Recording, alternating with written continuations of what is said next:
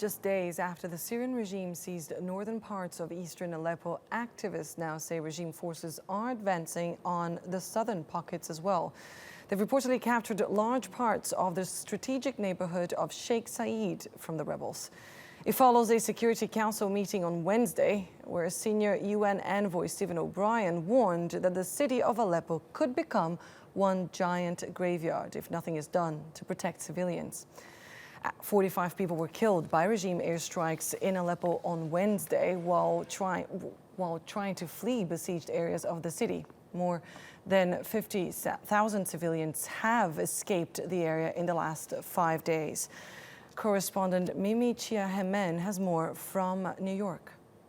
Well, the meeting was called to focus on the immediate crisis taking place in Aleppo, where ground and air assaults have intensified over the last 2 weeks.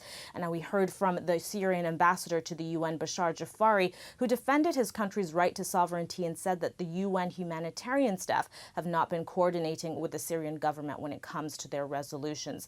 And now he also said when it comes to the besiegement that it's terrorist groups holding civilians hostage as human shields that's preventing them from leaving. And he also constantly reaffirmed that there are casualties taking place from the Syrian army as well. And this comes just a few days after UN aid chief Stephen O'Brien announced that nearly 1 million people in Syria are living under siege. On Monday, Stephen O'Brien revised the numbers with a new figure of 974,080 Syrians, up sharply from 486,700 people in just about 6 months. Now, with that announcement, O'Brien renewed his call to end the besiegement, which he said is a deliberate tactic of cruelty, mostly perpetrated by the Syrian government against its own civilians. And as much was echoed by the UN ambassadors from the UK and from France, who jointly called for Wednesday's meeting and for Moscow's cooperation in ending the Russian-backed bombing of Aleppo.